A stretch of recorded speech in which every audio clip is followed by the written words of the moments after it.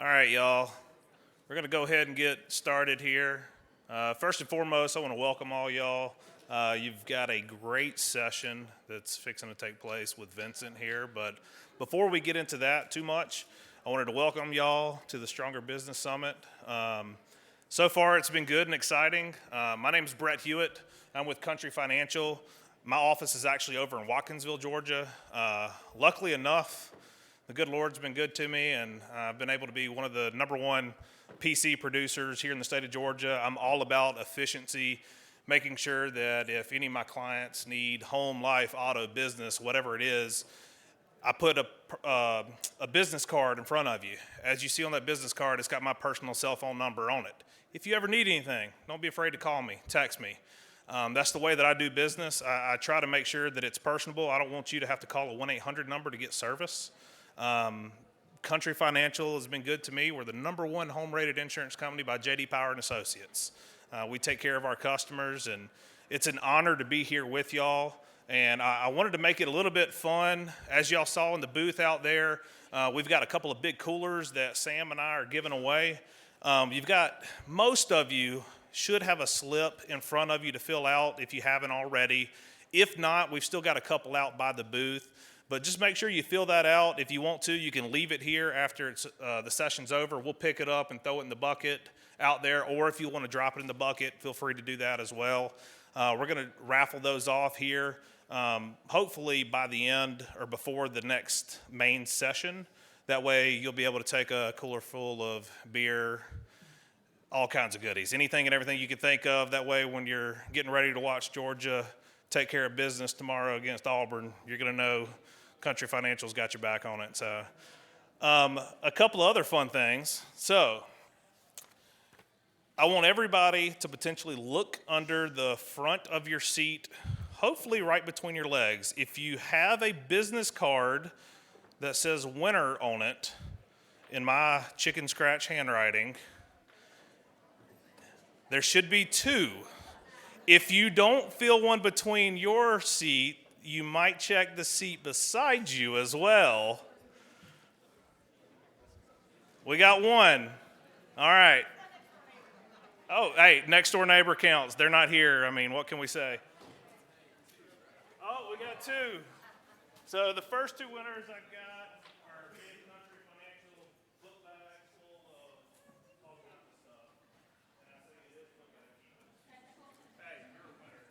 Remember that. We got you one as well. You keep that one too, buddy. All right, I've got two other things. So on this one, just because people are coming in a little bit late, I got a couple of different things. Who has or thinks they have the next birthday? We got what you got? November 10th? October 30th? 22nd? 28th? So 22nd? Anybody beat that? The 14th? October, I'm assuming. The 11th? Going once? Going twice? Sold. All right. This one's going to be a little bit challenging, so I hope we don't screw it up. But I want to know who traveled the furthest to get here. Anybody from out of state? When I say, okay, let's preface this. Where you currently live today, not where you're from. Where are you from? South Carolina. Anybody else out of state? Man, y'all make my job easy. We got a bottle of wine.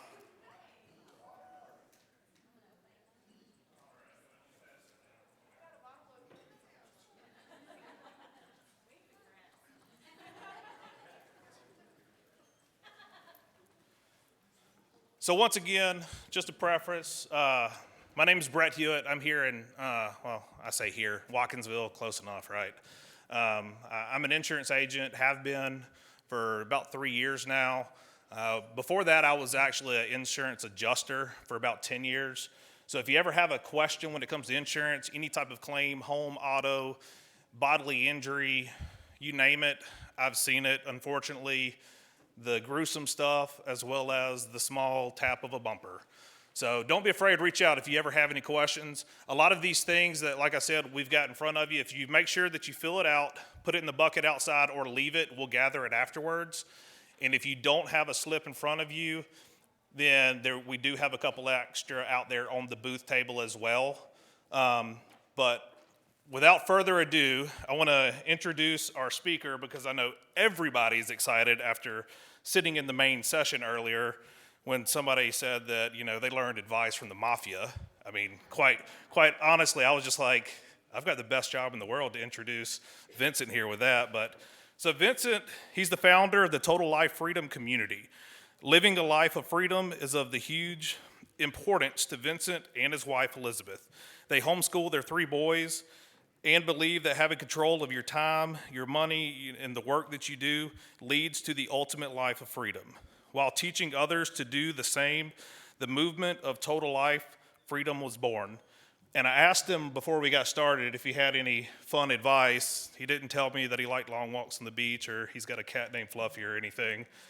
But since he mentioned the mafia earlier, I said, well, have you killed anybody? Needless to say, he said, not yet, but the day is young. So without further ado, I'm going to turn it over to Vincent Pugliese. Give him a hand.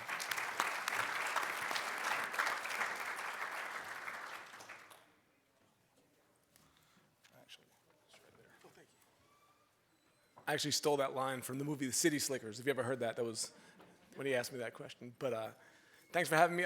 I didn't know what I was going to say this morning when they asked us. Hey, give a quick line of what you're talking about.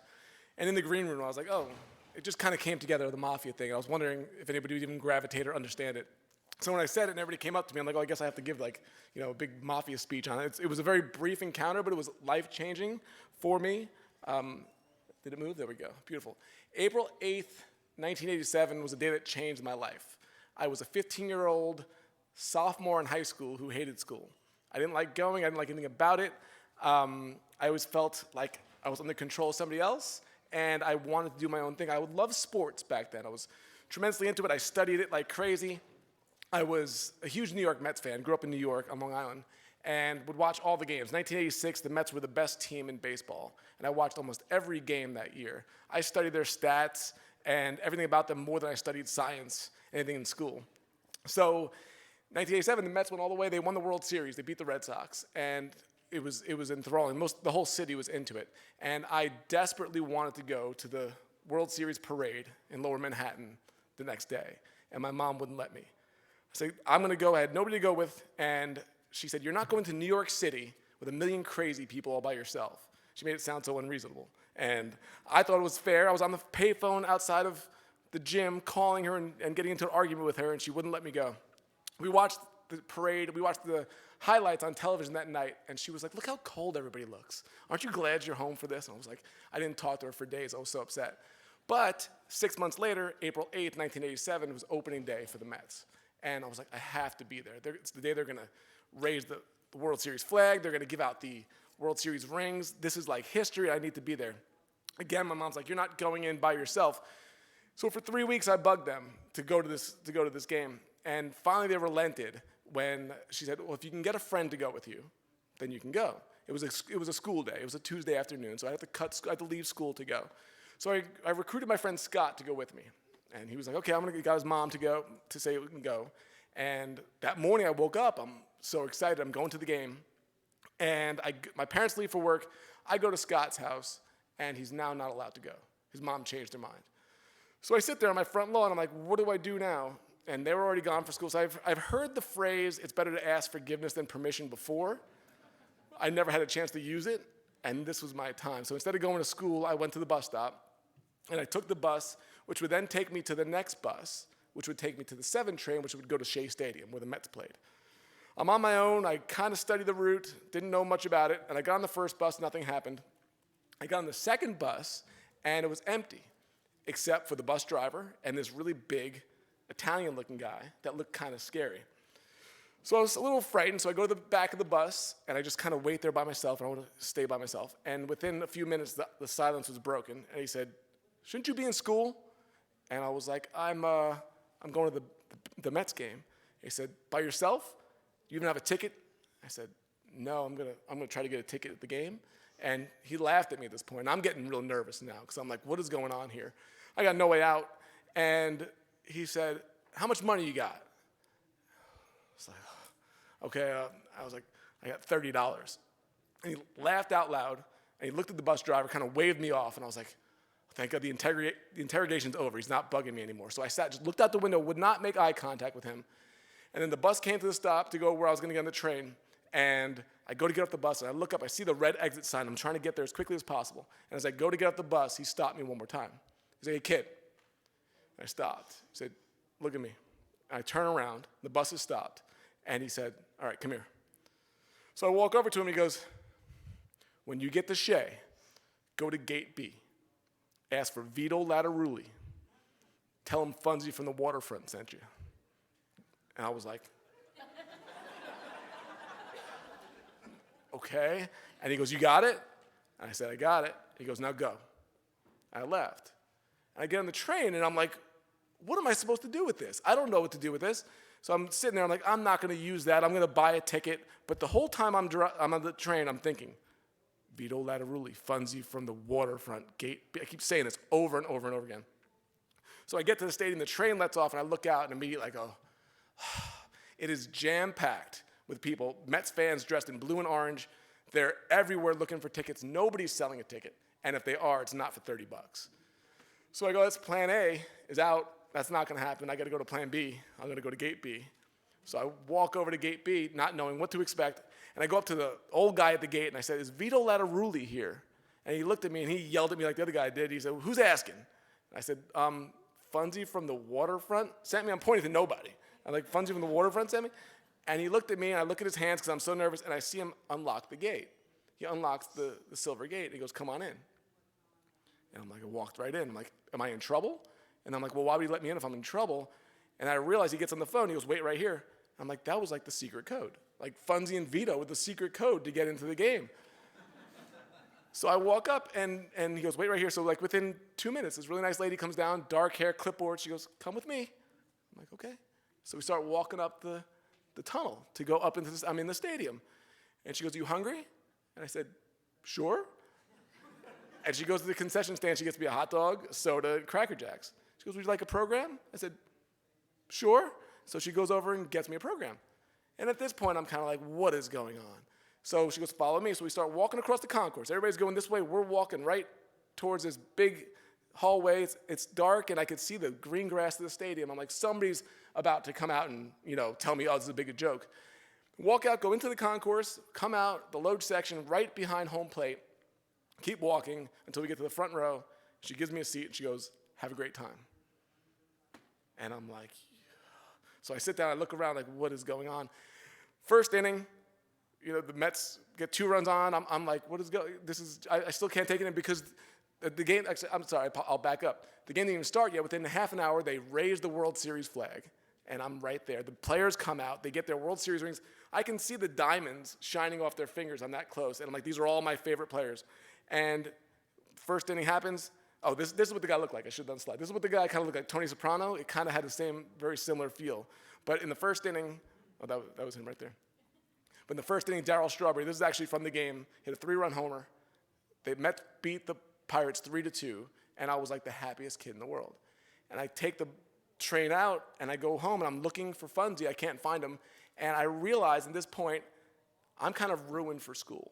Like, I go back to school the next day, and I am not interested anymore in anything to do with school. Like, there's a world out there that I knew nothing about that while I'm in school all day is going on, and these amazing things are happening. So I learned from Funzy that, one second. I learned at that point, it's like there is something going on here where he taught me that I didn't know about. So 7 years later, I now go through a lot of struggles. I have dropped out of school. I was arrested. I found out that on the last day of high school that I was going to graduate. Had 5 different majors in college, and I didn't know that there was a career out there for me. I tried all these different things, and what I really wanted to do was be a sports photographer. I wanted to be on that field. Hold on a second. Sorry.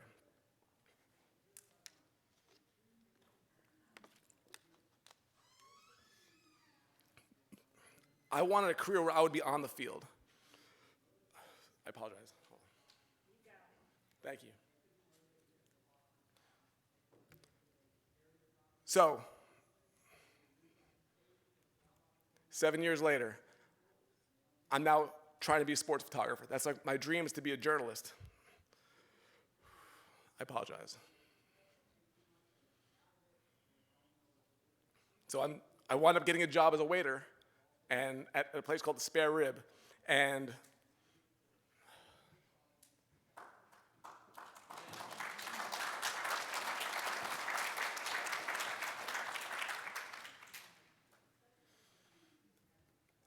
I find out that the Pope is coming to New York, and he's going to come, and Pope John Paul II is going to come in his Pope-mobile, and I'm like, this will be the greatest thing. If I'm going to be a journalist, I'm going to go out there and get a picture of the Pope. I need to build a portfolio. So I go to my boss, as I'm working at this restaurant, I'm like, I need to have off on Saturday. And he says to me, I can't get you off on Saturday. We're gonna have a packed day. The next day I come back, I'm like, I need to get this day off. I've got to be able to build a portfolio. So I go the next day and I say, I really need to have off on Saturday. And he says, I can't get you off on Saturday. So on the next day, I come back the final day, and I walk up in the middle of the dining room, and I say to him, I need to have Saturday off. And he screams at me in the middle of the dining room. He raises his voice, and he says, why do you need to have off on Saturday? And I said, I need to go shoot the Pope. And he looks at me, and his mouth just opens wide, and I look at him, and I'm like, what is he doing? And all of a sudden, I hear like silverware clinking, like dropping, and I see my coworkers with their mouths open, and I'm like, what is going on? Why is everybody acting this way? And his mouth is open, and I'm like, everybody's looking around, and I finally realized what I said. And I said, no, I need to go photograph the Pope. And he's just big sigh of relief, and then he comes over to me, he puts his arm around me, he goes, take off tomorrow, go shoot the Pope. So the next day I go into New York City, and I'm like, this is gonna be the beginning of my career. This is what I dreamed of doing after 7 years of failure. This is gonna be my thing. And I get there, and I realize I don't have access to anything. I get there, and all the press photographers are in the front. I have no press pass or anything, and I'm way in the back, and I get nothing but a tiny little picture of the Pope. He's far away from me.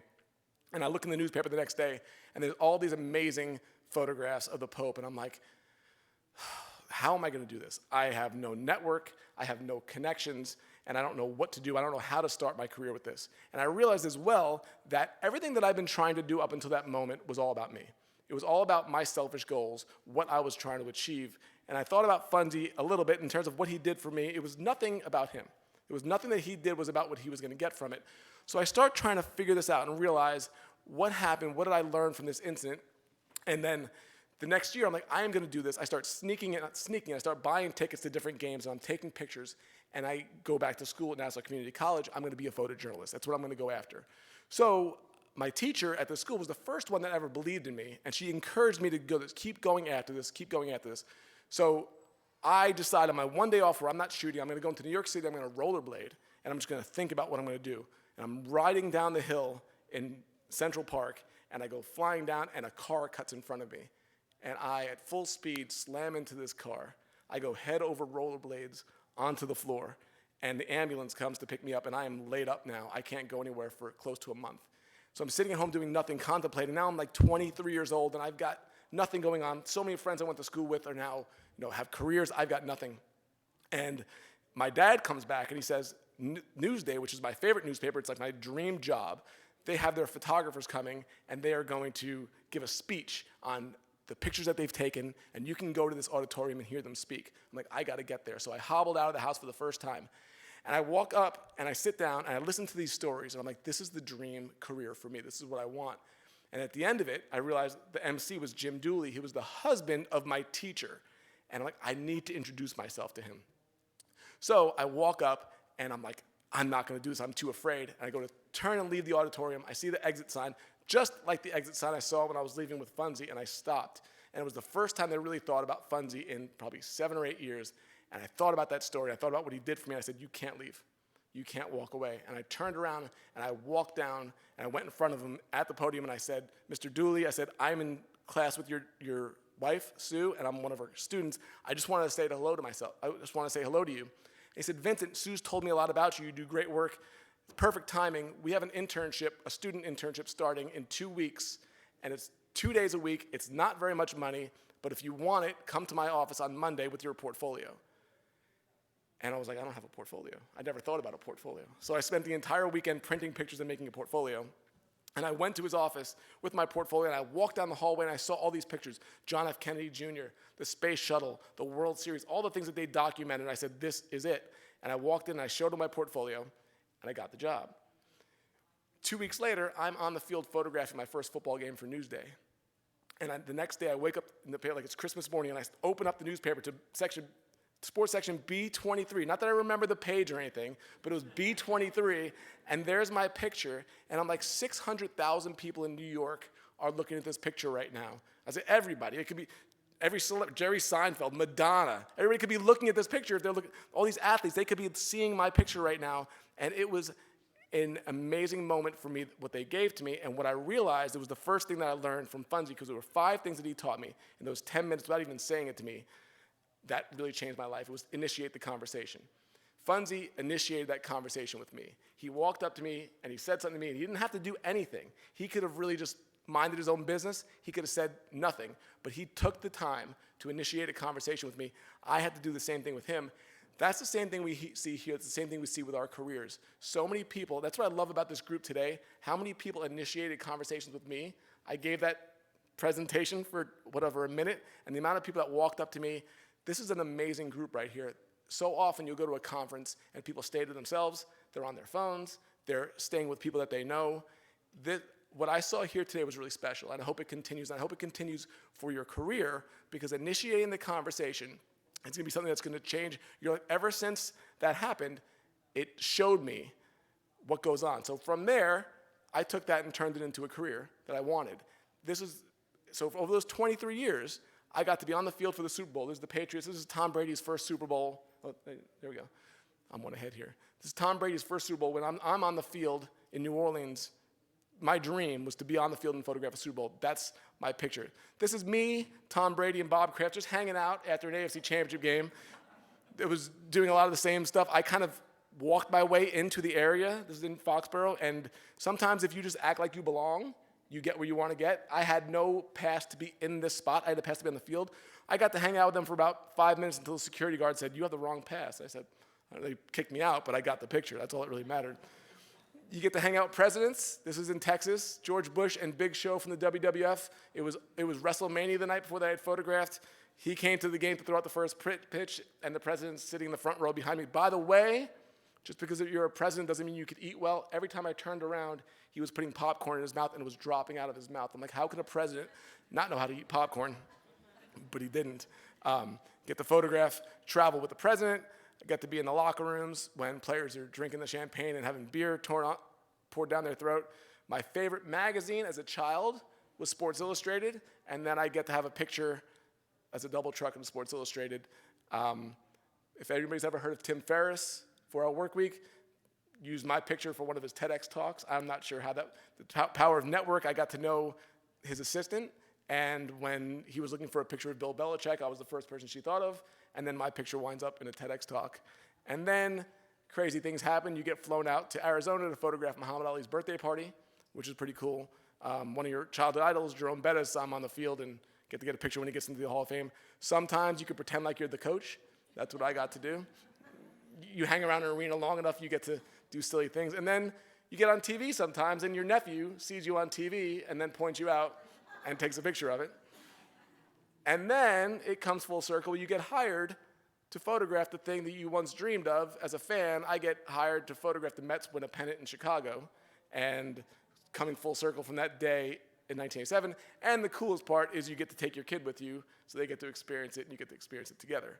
So you would never know what magic happens when you initiate a conversation. It's been one of the catalysts for us in terms of getting over fear. And just like what happened at the very beginning here, you get kind of choked up and you got to keep going, right? I was often fearful of going up to people. If you see somebody, if you see a speaker, if you see a celebrity, if you see an influencer, just a person you want to get over the fear, introduce yourself, because you just never know what magic's going to happen.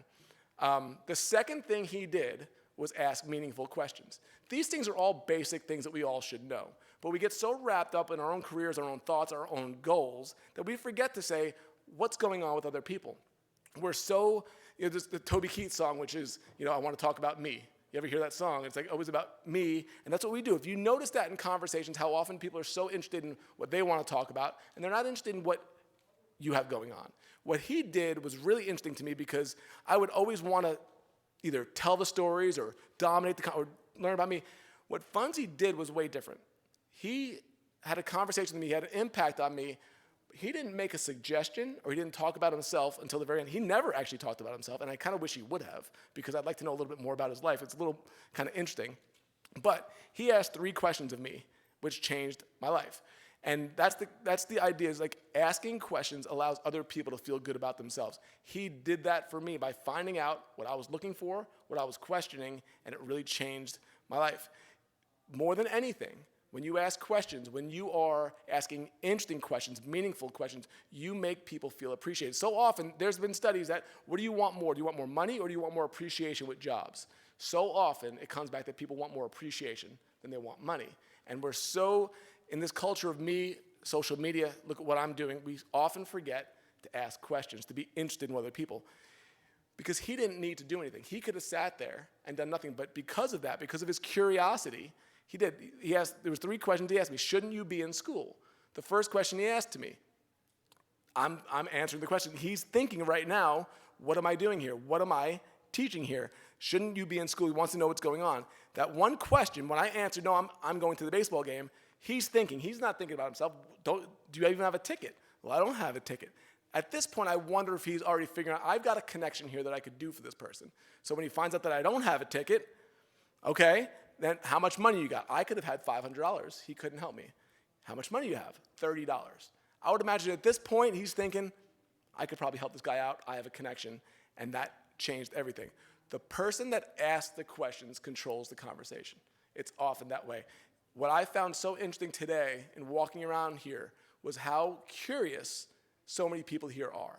I can see, I've never been to Athens before. I went to school in Athens, but Athens, Ohio. So this is my first Athens, Georgia. What I'm seeing here is the same type of thing. Very curious people that are asking questions. Every table that I sat at were people that were curious about other people. That's a huge part of the entrepreneurial world, the entrepreneurial journey, is to be curious about what other people are going on. When you think about curiosity, that's the whole thing. But the first thing we often think about with curiosity is curiosity killed the cat. It's a negative connotation on curiosity. It's not a positive one. It's not like, oh, curiosity is this great thing. It killed the cat. It makes you stop being curious. It makes you stop doing that. If we could become more curious about that, we're going to become better with that. So the third thing he taught me was connect the unconnected. This was a huge one for me.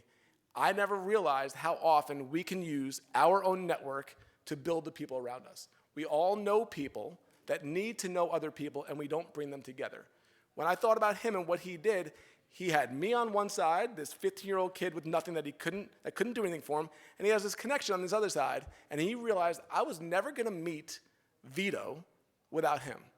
And I've seen this in my career so often where people are connectors. I'm not sure who we talked about. Was his name Rain? He spoke earlier today. Somebody came up to me and said, he is like the ultimate super connector. When people know that about you, that raises your level.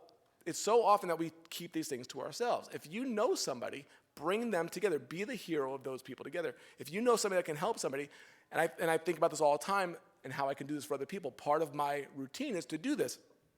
So there's a guy named Brian Franey. He was a good friend of mine. He worked for ESPN, and he called me up one time, and he said, hey, my brother works on Broadway. He's a lighting technician on Broadway. He said, we're in New York City. Is there anything that you can do with me? Can we go see a show or anything? And I texted my brother, and I said, hey, they're going to the Jersey Boys. Can you give them a backstage tour? Can you hook that up? He said, yeah, no problem. So I texted them. Within 2 minutes, they had a backstage tour hooked up. It's what they wanted. It was something that they could not have even paid for. So Brian knew I was working on a photo project to photograph games in all over the country. I wanted to do a book called One Shot, which is one photograph from every stadium and arena throughout the country. I had been to about 120 at that point. But I had a problem. I really wanted to photograph LeBron James. He was on the Heat, and they were going for their 3rd straight championship. And I couldn't get access. I wasn't working for any newspaper. I wasn't working for a magazine. I had no credentials to get in, and I didn't know what to do. But Brian was working for ESPN. I saw on Twitter that he was in Indianapolis for the championship game. So I texted him. I said, hey, any chance you need a photographer for Game 6? And he said, come on down. It'll be at will call. 2 days notice. I drive to Indianapolis, and there's a pass for me at will call. Next thing I know, I'm baseline for LeBron James, going for their third straight championship. 5 minutes later, it's the national anthem, and it's me, LeBron, and Chris Bosh. This is access I would never have had without connecting the unconnected. And then, so as we're leaving this game, I came up to him, I said, thank you so much. I never would have got this without you. And he said, I had to do it. He goes, I owed you. And I said, what do you mean you owed me? And he said, I never forgot how you hooked me up way back there with those tickets. So as soon as you asked, it's a yes. And I was like, that's a crazy story because none of it was done trying to get anything. Like, how hard was it for me to text my brother? But it'd be so easy to forget about that. So because of that, he gave me an experience I never thought about. There's a million of those that I can give, but there was one more, and I don't think I have a picture.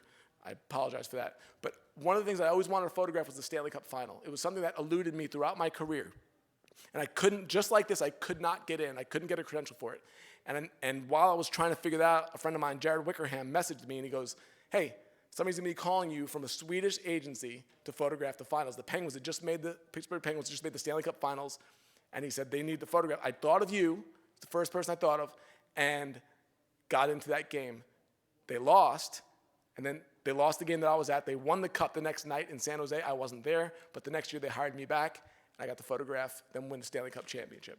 And it was something that I've always wanted to do, and it was simply from connecting the unconnected. So that's what I want you guys to think about as you're meeting people today, as you're meeting people going forward. How much do you make it a part of your day, your routine, and what you do to say, these people know these people, and I'm going to bring them together. If you can do that, and you can do that on a consistent basis, you become the hero in their lives. Because if I could say to you, you need to know them, and then you guys elevate in your lives, and then 2 years later, people are like, how did you guys meet?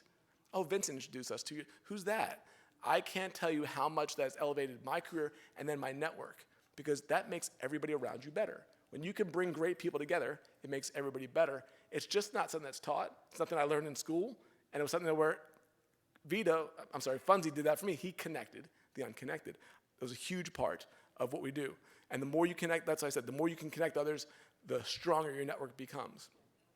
The fourth thing that he taught me, there's 5, and there's actually more than that, but I'm going to give 5 today, was to give without expectation. So often, we're so focused on what we're going to get, what we want. And when you can give without expectation, you can really change the way that your business runs and the way that your networks run. I had a situation where I wrote a book a couple of years ago, and so many people are writing books, and so many people are authors, and you see the same thing happen. Who here has written a book or is writing a book? Anybody? Anybody else? Excellent. So often when people are writing a book, they do it all wrong in terms of the marketing. It's all about them. It's the type of thing, and you might have friends that have written books, but what happens if you have friends that have written books is this. They will write a book, they will keep it close to the vest, they won't invest anything in you, they will keep writing it, and then all of a sudden, they need reviews and they need book sales. So they'll say, hey, my book's coming out October 4th. Hey, will you download it and buy it on October 1st and read it and leave a review for me by the 4th? And you're like, I got kids, we're going camping this weekend. I don't know, yeah, I guess I will.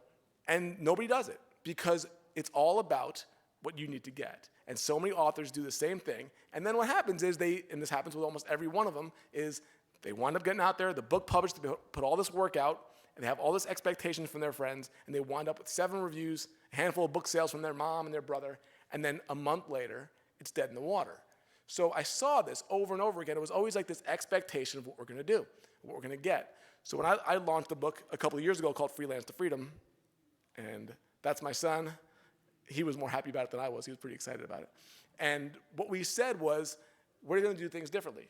We are going to give. We're going to be generous with this because so many people had helped us out. So instead of doing a book tour, instead of doing a book launch, we decided to do a thank you tour.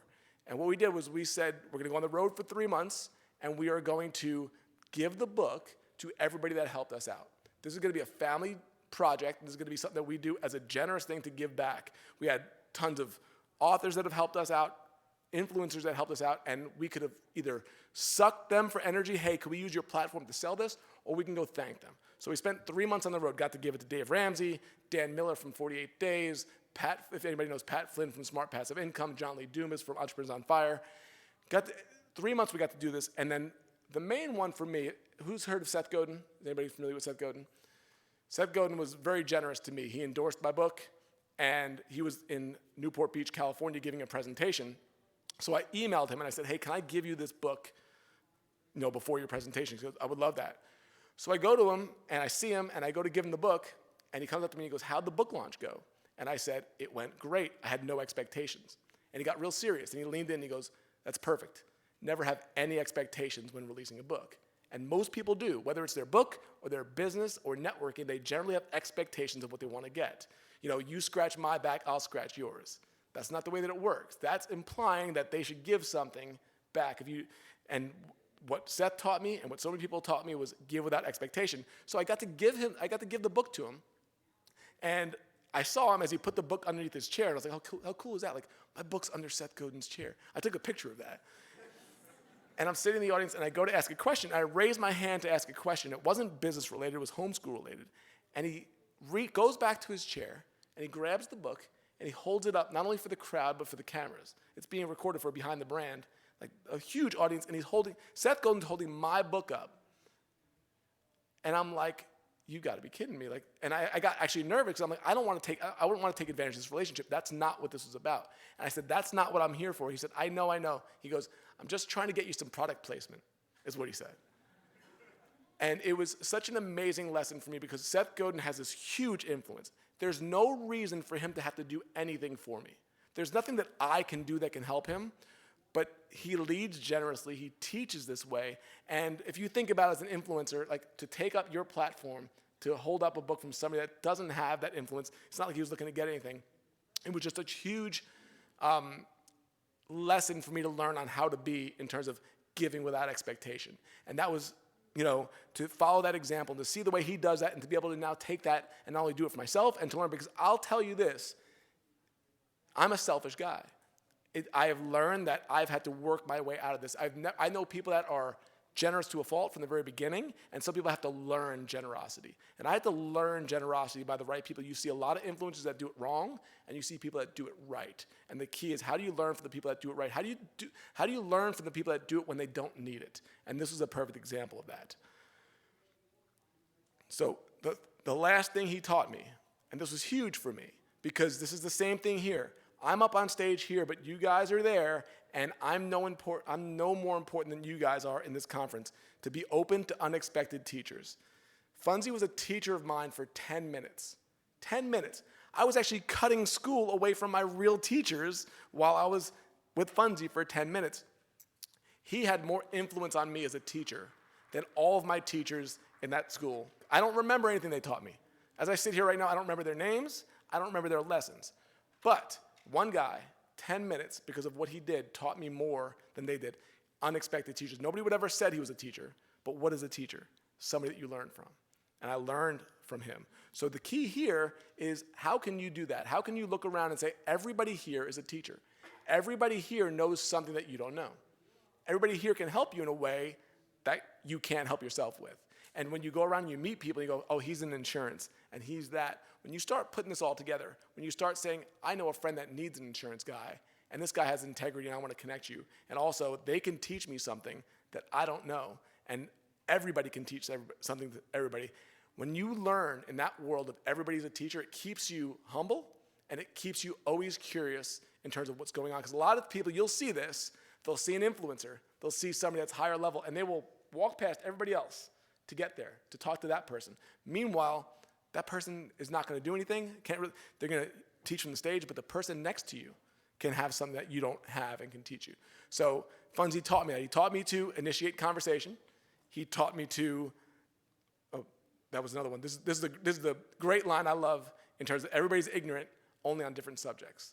It's the key for all of us, because everybody can learn something from everybody. But he taught me to initiate conversation. He taught me to connect the unconnected. He taught me all these lessons.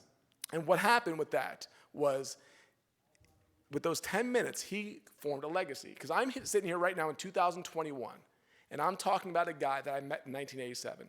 I didn't meet him for more than 10 minutes, and I'm still talking about him. And there's a phrase from Hamilton that is, a legacy is planting seeds in a garden that you'll never see. And when people talk about legacy, the thing is, I've heard this phrase before, and I love it, that a person never dies until people stop saying their name. And that's what happened with him. I don't know if he died 3 weeks later. I don't know if he's still alive right now. The key is the lessons that he taught, I'm still teaching today to carry that name along. So that's a big part of it for me. So what I've done with this, and it was transformed my career, was I've taken the lessons that he taught and put it in a way where how can I do the things that he talks about? So what I do every day is called the hour of giving. So I start every day, I try, it's at least one point during the day, I try to start that way. But that hour of giving is not about me.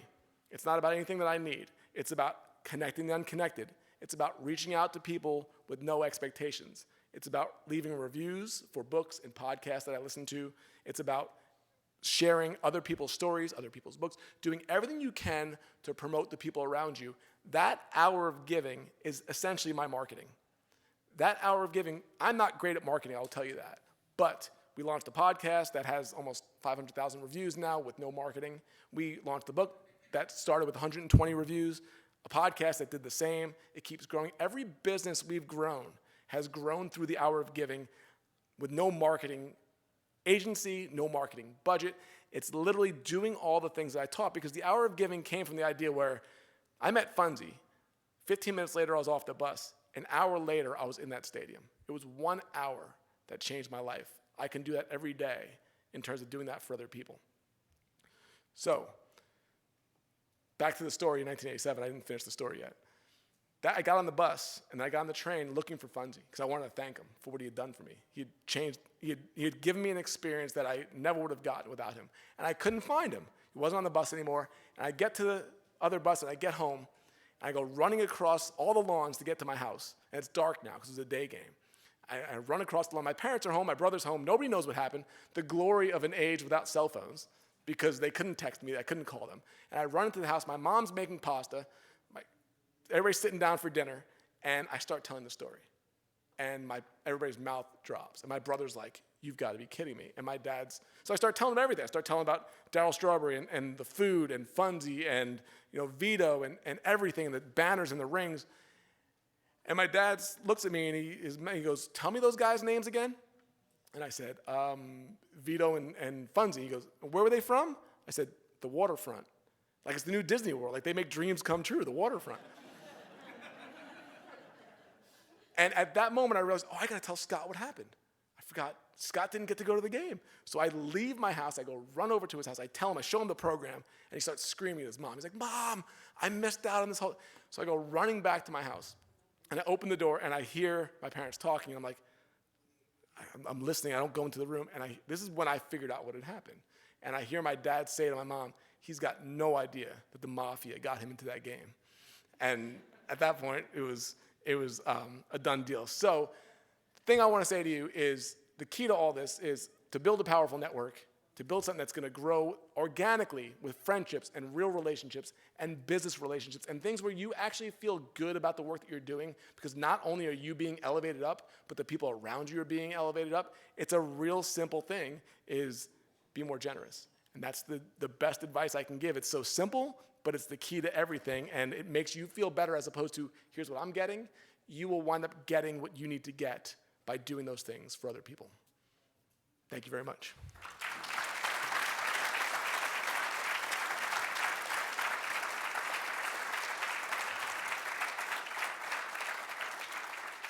Thank you. So, questions, if you have any. Yes? Have you ever told that story and someone knew who you were talking about? I tried. I've tried. I wanted to find him so bad. I've done internet searches. There's actually some where there's a Funzy and the mafia ties and stuff like that, but never got to connect. So no. But yeah, I've looked. Yes. So can you tell us more about your hour of giving, like what kind of stuff you're doing? Yeah, I have a document about it. This is actually good. I'm writing a book that comes out in April, and so it'll be a part of it. It really is just an idea of what can I do. Like I keep lists. I keep lists of the different things that inspire me. I keep lists of the people that not just help me out, but help me out in ways that they don't even know they help me out. I mean, if there's a podcast that has impacted me, I think so often we forget. What is the number one thing a podcaster wants? Share their podcast and leave a review. Two best things you could do. You have podcasts that have millions of reviews. Millions of downloads and 200 reviews, right? And it's like, why don't they have 1 million reviews? So some people just listen and don't realize so I just try to think, what do they need? What do the people that have helped me need? So I go through that. So I'll create a list, and I could spend all day doing this, but it's like, okay, if I can knock this out, it generally turns out to be 2 hours more than an hour, because it adds on. But I think, who are the people that have helped me? What are the different things that I've heard that I can share with other people? That's the other thing. If somebody writes an article that you really like, there's somebody that that could use that. It's the same thing as connecting unconnected. If I can take your story that you wrote and share it with somebody that needs it, now I've made your story more popular and helpful, and I've made this person's life better. So I'm constantly thinking in that way of, who can I bring together one way or the other? And then I do, like, daily, it's at least 10 to 20 people that I just reach out to indiscriminately for no reason. People that they pop into your head. You ever just hear something like, oh, I haven't heard from Wendy in a while, right? Write it down, so when I have that time, reach out. So often we all get it where it's like, hey, I haven't heard from you, I haven't talked to you in a while. Hey, can you help me move on Friday? It's like, you did that because you need something. And it's funny when I do that, how often people will be like, so are you looking for something from me? I'm like, no, I'm not looking for anything. I just thought about you. I wanted to, see how you're doing, see if you can, whatever it would be. And people are stunned by it because a lot of people don't do it. And I notice also, I get a lot of back and forth in my messaging and text. When I don't do that for, say, a couple days, it happens to me too. People aren't thinking that way. They're so, I don't want to say selfish, but I kind of do want to say it. They're so self-involved in what they need to do, what their own goals are, that they don't think, hey, let me reach out to somebody. And how often somebody reaches out to me, and not to be a jerk, but I'm like, if I would have heard from you, like, I'll tell you this story. It's like, I got press passes to all these games. So a lot of times with a press pass, I get an assistant pass, right? The people in my life were the ones that were on the field with me. Like, if they're in my life, if I hear, hey, you want to go shoot the Steelers Patriots? Why would they say no? You're going to be on the sidelines. I'm going to carry my bag and blah, blah, blah. But then the game comes about, and then you get 8 messages. Hey, I know we went to high school together. Hey, can I shoot that game with you? I'm like, no, that's people in my life. So it's like, people don't even realize how much they miss out by only reaching out when they need something. So if I can keep in touch with the people of my life for no reason, just because I want to, it builds not only rapport and friendships, but a network that is unmatchable. When my book came out, all these people wanted to help because I had kept in touch with them. So it's really a proactive way of networking with no expectation that leads to just tons of cool stuff all around. There was another one. Yes? Why did you decide to homeschool? Good question. We had never thought of homeschooling. We are not fanatical. It was, what happened was we had friends, Ken Carfagno, that homeschooled their kids. It sounded crazy to us. It's been 7 years now that we've homeschooled, and so when he told us what their life was like, it didn't sound so crazy anymore. He was like, well, our son gets up, he's got his books next to the bed, he gets his work done, he's proactive. When he's done, we go fishing at 12 o'clock, and I was like, really? So we work from home, so before the kids went to school, we got to be together the whole time, from the time they were born till first, second grade. And like we were saying earlier, we were talking, we realized we didn't like that because we got so used to being together, and now they're going to school and they come back at 4 o'clock exhausted. Now they have homework. It wasn't the life we wanted. We didn't get to be together anymore the way that we used to. So Andrew was in 3rd grade, Noel was in 1st grade, and we decided at that point, let's give it a shot. And our whole thing, the first 6 months were brutal. It was brutal because we thought we had to be teachers. We thought we had to do school, and what we realized very quickly that life is school. And what happened was, with life being school, what are you interested in? Just like me at 15, if the school would have said to me, hey, we know you're into sports, you don't give a crap about algebra, you're never going to have a career in math, you don't care, you're not going to be an athlete. You're 5'9.5" and you're slow as molasses, you're never going to be an athlete. But if they would have said this to me, you could be a statistician, you could be a reporter, you could be on the grounds crew, you could be a photographer, you could be in that world. I tell you right now, I would have been the best student in that school because I would have went all in on being in that world. When I went to that game on that Tuesday afternoon, I realized people work there. Like, that's their job. And I'm like, oh my God, I'm going to have to go work in some office. When my guidance counselor said to me at 16 years old, what do you want to do with your life? I said, I don't want to wear a tie. That's what I told her. And she kicked me out of her office. She literally threw me out because I was like, I don't want to wear a tie. I don't want to sit in an office like this all day long. I want to be out. At that moment, it should have clicked to her, what are they interested in? So for us with school was, what are you interested in? Our oldest has been interested in bugs since he was 4 years old. He wanted to get a scorpion at 4. You're not getting a scorpion. Like, that's crazy. Well, 3 years later, when you're still studying and all your projects around scorpions, like, maybe he's serious about this. Maybe he really wants a scorpion. Well, we went to Arizona on one of our trips 4 years ago, and within a day, he caught a scorpion. Then he caught another one. And then now he's studying this stuff. Funny story about that. If anybody knows anything about scorpions, we drove home, and then about a month later, the scorpion got loose in the car on the way back from a homeschool outing, and the scorpion was gone in the car, and my wife freaked out. And then we're like looking all around, so we finally figured out, like, okay, scorpion's gone. 6 weeks later, coming back from another homeschool outing, my wife goes to clean out the car. She's on her knees, and right in front of her was the scorpion staring back at her. It had been living in the car for 6 weeks somewhere in some dark area. Yeah. So what happened was scorpions and tarantulas. Now he has tarantulas. He's got centipedes. He just got a snake. And he's 16 years old, and he has a business now called bugsrule.com. Go to it. And he's on Instagram at bugsrule88. And he and this is what he does. So he does birthday parties where he brings the bugs and he teaches on it. He goes to, we're in Florida, so he goes to Siesta Key in Clearwater. He makes $200 a night sometimes in tips having people hold the tarantula. And so he's now speaking on it. He's out going to schools about it. And, you know, so we get to life school is what we call it. So we basically say, here's what's going to happen. Here's the structure you should do. We want investing. We want spending. We want giving. So he's already investing his money. He's already saving up. And he's giving. And we figure life starts when life starts. School starts. It's like school is not going to a building for us. That's not school. 7 o'clock in the morning, when you're outside looking for bugs, that's school. 9 o'clock at night when you're teaching somebody how to hold a tarantula, that's school. Like, why does school have to be in a building with a certain class? So that's exactly what we went with, because and it comes from my own frustration. I was so angry at the way that I was raised in school. I wish somebody would have just said, what do you want to do? What do you love? And that's what we chose. So our middle son does balloon animals, and so they do bugs and balloons parties, which is really cool. So one hand you got the bugs, one hand you got the balloons, and then our youngest is completely into electronics, the one that was holding the book.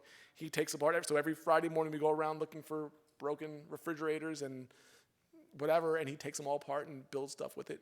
What are you interested in? Let's go with that so you can actually love the work that you do. So that's really where it came from. Yeah. Thank you. What's funny is 2 years ago, if you say you homeschool, you were looked at like you have 5 heads, right? And so for years, like our in-laws, everybody's like, was crazy. Now it's how do you homeschool? Because what everybody dealt with. And like we were talking earlier, what most people dealt with was not homeschool a year ago. That was called quarantine school. It's not the same thing. What we do is not what you guys did. We don't sit in front of Zoom all day, and we don't have lessons to do that you have to follow. What you guys did was way harder. So don't equate that to homeschooling. What we do is a lot more fun. We sleep in more, and we do whatever we want. So, yeah. There was another question. Yeah. Do you have any sort of like organizational system to kind of keep tabs on people on maybe what's important to them or a project they're working on or anything like that? That's such an awesome question. It's such a funny question because if I had friends here, they'd all be laughing right here. I'm the least organized person you could ever imagine. It is completely, for me, it's completely on whim. I know people have CRMs that do it. I don't like doing it that way. I can, because what those things do is it's like, okay, 30 days later, check back with them, right? Like here, put their name in. I saw when that was happening. Like, why does he always email me on a Friday morning every 3 months? Like you see so that's not the way I want to work. Like I do keep tabs of it. I write down the name so I can keep, but I don't keep like, oh, here's what I'm going to do today. It literally, when you could think of the people in your head and do it that way, it's top of mind because you're like, oh, I saw you went here. It gives real conversation as opposed to, oh, I'm going to check in. It's a little bit harder to do, but if you're conversational and you like relationships, it's actually a really fun thing to do. But I could keep a lot better tabs of it, that's for sure. Yeah. Anybody else? You good? Thank you so much.